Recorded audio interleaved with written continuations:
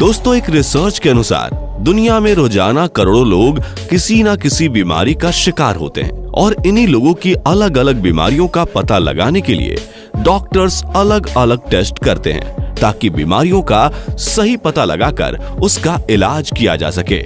और इन्हीं टेस्ट में से एक टेस्ट होता है MRI स्कैन। हो सकता है कि आप सबने भी इसका नाम कहीं ना कहीं जरूर सुना होगा, पर हम में से कुछ लोग MRI स्कैन के बारे में ज्यादा नहीं जानते हैं। MRI स्कैन का आविष्कार मेडिकल जगत का एक बहुत बड़ा आविष्कार था, जिससे कई तरह की बीमारियों का बारीकी से पता लगाया जा सकता है। लेकिन साथियों, आप शायद इस बात को नहीं जानते, किसी MRI स्कैन से व्यक्ति की जान भी जा सकती है। शरीर की जांच के लिए बनी यह मशीन कई बार भयानक और जानलेवा भी साबित हो जाती है। हालांकि यूं तो MRI रूम में दाखिल होने से पहले यह सुनिश्चित किया जाता है कि मरीज के पास या फिर उसकी बॉडी के अंदर कोई भी मेटल की चीज ना हो, लेकिन कई बार जाने अनजाने में यह गड़बड़ी हो जाती है। यदि MRI स्कैन के दौरान मरीज के शरीर में अगर कोई मेटल यानी धातु की चीज रह जाती है तो यह मरीज के लिए खतरनाक साबित हो सकता है, क्योंकि MRI स्कैन के बीच में इन मेटल्स यानी धातु के टुकड़े को चुंबक बहुत तेज गति से अपनी ओर खींचेगी, जिससे शरीर को बहुत गंभीर चोट पहुंच सकती है, यहां तक कि जान भी जा सकती है। साथियों, MRI स्कैन आने के बाद मेडिकल लाइन में एक अलग ही भूचाल आ गया है। इस स्कैन ने पिछले कुछ सालों से डॉक्टर्स का काम आसान कर दिया है। डॉक्टरों द्वारा MRI टेस्ट करवाने के लिए तब कहा जाता है जब उसके अंदर मौजूद बीमारियों का पता साधारण एक्सरे या CT स्कैन के माध्यम से नहीं लग पाता है। आज के समय में अधिकतर डॉक्टर मरीज की हर बीमारी का पता लगाने के लिए MRI स्कैन का ही इस्तेमाल करते हैं, और ऐसा इसलिए क्योंकि MRI स्कैन मरीज के हर बीमारी का पता बिल्कुल सटीकता से लगाने में सक्षम है। आज MRI स्कैन किसी भी बीमारी का पता लगाने का सबसे आसान तरीका बन चुका है, इसलिए डॉक्टर्स ज्यादातर मरीजों को MRI स्कैन करने की सलाह देते हैं। ऐसे में आपके मन में कभी ना कभी यह सवाल जरूर आया होगा कि आखिर यह MRI स्कैन होता क्या है और इसे कैसे किया जाता है, या फिर इसे करवाने से कोई नुकसान तो नहीं है। इन सभी सवालों को जानने के लिए आप इस वीडियो को अंत तक देखते रहिए। दोस्तों, बहुत सारे लोग MRI का नाम सुनते ही घबरा जाते हैं और इस जांच को करवाने से डरते हैं, लेकिन जब भी डॉक्टर MRI स्कैन करवाने को कहता है तो इसे टालना नहीं चाहिए, क्योंकि बीमारी का गंभीर रूप लेने से पहले ही उसका पता लगाना इस जांच से ही संभव होता है, जिससे समय रहते उस बीमारी का इलाज भी हो सकता है। जब MRI स्कैन होता है तो MRI स्कैन के अंदर काफी तेज आवाज निकलती है, जिनसे कभी कभी मरीज को घुटन का एहसास होता है और उसे ऐसा लगने लगता है कि कुछ ही देर में जान चली जाएगी। असल में ऐसा कुछ भी नहीं होता। दरअसल MRI स्कैन के दौरान निकलने वाली आवाज मरीज को किसी तरह का नुकसान नहीं पहुंचाती। MRI का मतलब है मैग्नेटिक रेजोनेंस इमेजिंग स्कैन, जिसमें आमतौर पर 30 से 60 मिनट तक का समय लगता है और इसकी फीस 5000 से 8000 तक लगती है।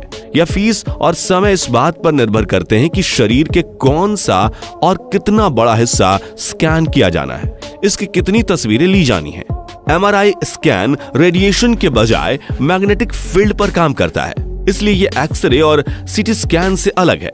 MRI स्कैन में पूरे शरीर में जहां जहां हाइड्रोजन होता है उसके स्पिन यानी कि घूमने से एक इमेज बनती है। शरीर में 70% पानी होता है, इसलिए हाइड्रोजन स्पिन के जरिए बने इमेज से शरीर की काफी दिक्कतों का पता लगाया जा सकता है। दिमाग, घुटने, रीढ़ की हड्डी जैसे शरीर के अलग अलग हिस्सों में जहां कहीं भी सॉफ्ट टिश्यू होती है, उनका अगर MRI स्कैन होता है तो हाइड्रोजन स्पिन से इमेज बनने के बाद यह पता लगाया जाता है कि शरीर के उन हिस्सों में कोई दिक्कत है या नहीं, यदि है तो कितनी है। क्या करनी होती है MRI स्कैन के पहले, कोई तैयारी?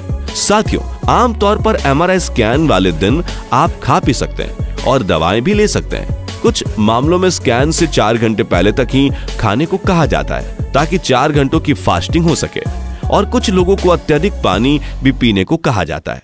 एमआरआई टेस्ट के पहले आपको कुछ सवालों के सही भी जवाब देने होते हैं। इन प्रश्नों के जवाब के माध्यम से डॉक्टर आपके बारे में सारी जानकारी प्राप्त कर लेते हैं और आपकी सुरक्षा के लिए जरूरी कदम उठाते हैं। इन सवालों के माध्यम से रेडियोलॉजिस्ट ये भी जान लेते हैं कि पहले आपकी किसी तरह की सर्जरी तो नहीं हुई है या कोई डिवाइस आपके शरीर में लगाया तो नहीं गया, क्योंकि एमआरआई के दौरान ऐसी स्थिति में समस्या पैदा हो सकती है जिससे मेडिकल स्टाफ को यह पता चलता है कि स्कैन करना सुरक्षित है या नहीं।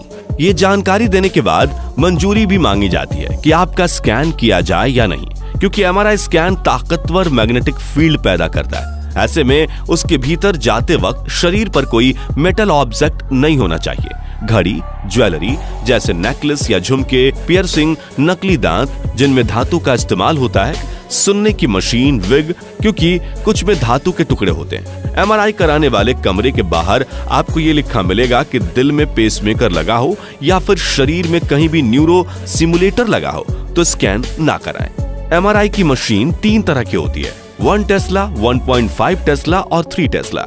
ये टेस्ला वो यूनिट है जिसमें एमआरआई मशीन की क्षमता को मापा जाता है। 3 टेस्ला यूनिट की क्षमता वाली मशीन लोहे की पूरी अलमारी को अपनी ओर खींचने की ताकत रखता है, यानी मशीन जितनी ज्यादा टेस्ला वाली होगी उतनी ही ज्यादा उसका मैग्नेटिक फील्ड होगा। क्या होता है एमआरआई टेस्ट करते वक्त? एमआरआई स्कैनर एक सिलेंडर नुमा मशीन होती है जो दोनों तरफ से खुली होती है। जांच कराने वाले व्यक्ति को मोटराइज्ड बेड पर लिटाया जाता है और लिटाए जाने के बाद बेल्ट से कसकर बांध दिया जाता है। ऐसा इसलिए किया जाता है जिससे मरीज स्कैनिंग के दौरान हिले नहीं। अगर यही एमआरआई टेस्ट छोटे बच्चों का किया जाता है तो उन्हें नींद की टैबलेट या हल्का एनेस्थीसिया दिया जाता है ताकि वो हिले डुले नहीं। अगर इस टेस्ट में डाई या कॉन्ट्रास्ट की मदद लेनी हो तो इसे इंजेक्शन के माध्यम से आपकी नसों में डाला जाता है। इससे ठंडक जैसा एहसास होता है। डाई के माध्यम से शरीर के वो अंग रंगीन तस्वीर में नजर आते हैं और फिर ये मोटराइज्ड बेड धीरे धीरे मशीन के भीतर जाता है। कुछ मामलों में शरीर के किसी खास हिस्से जैसे सिर या छाती का फ्रेम भी रखा जाता है। इस फ्रेम में ऐसे रिसीवर होते हैं जो स्कैन के दौरान शरीर की तरफ से जाने वाले सिग्नल रिकॉर्ड करते हैं, जिससे बढ़िया गुणवत्ता वाली तस्वीरें लेने में मदद मिलती है। इसके बाद एमआरआई मशीन आपके शरीर के अंदर एक बेहद शक्तिशाली चुंबकीय क्षेत्र बना देती है। इसके बाद इन तरंगों के माध्यम से कंप्यूटर शरीर के अंदर का नक्शा यानी इमेज तैयार करता है। एमआरआई स्कैन तस्वीरें लेते वक्त बहुत आवाज भी करता है। यह आवाज इसलिए आती है क्योंकि मशीन फोटो लेने के लिए अत्याधुनिक चुंबकीय ऊर्जा बनाती है। मरीज को इन डरावनी आवाजों से छुटकारा पाने के लिए कभी-कभी डॉक्टर इस दौरान हेडफोन लगाने को भी देते हैं। टेस्ट के दौरान आपको शरीर में खिंचाव जैसा महसूस हो सकता है। ऐसा इसलिए क्योंकि एमआरआई मशीन नसों को उत्तेजित करती है। यह सामान्य है और इसमें चिंता की कोई बात नहीं है। यह पूरी प्रक्रिया 30 मिनट से 60 मिनट तक चलती है और एक एमआरआई टेस्ट करवाने के कुल लागत 5,000 से लेकर 8,000 रुपए तक आती है। अब जानते हैं कब और क्यों खतरनाक होती है ये मशीन। शरीर की जांच के लिए बनी ये मशीन कई बार खतरनाक और जानलेवा भी साबित हो सकती है। यूं तो रूम में दाखिल होने से पहले यह सुनिश्चित किया जाता है कि मरीज के पास कोई धातु की चीज ना हो, लेकिन कई बार अनजाने में गड़बड़ हो जाती है। अगर शरीर के भीतर कोई स्क्रू, शार्पनर या कारतूस के हिस्से हैं तो खतरनाक साबित हो सकते हैं। धातु के इन टुकड़ों को मैग्नेट बहुत तेज गति से खींच लेती है, जिससे शरीर को गंभीर चोट पहुंच सकती है। इसके अलावा मेडिकेशन पैच, खास तौर से निकोटीन पैच लगाकर स्कैन रूम में जाना सही नहीं है, क्योंकि उसमें एल्यूमिनियम के कुछ अंश होते हैं। स्कैनर के चलने के वक्त ये पैच गर्म हो सकते हैं, जिससे मरीज जल सकता है। तो फ्रेंड्स, आज के वीडियो के लिए बस इतना ही। अगर आपको ये वीडियो पसंद आया हो तो इसे लाइक और शेयर करें। ऐसे इंपॉर्टेंट और नॉलेज वाले वीडियो के लिए इस चैनल को सब्सक्राइब और फेसबुक पेज को फॉलो जरूर करें। धन्यवाद।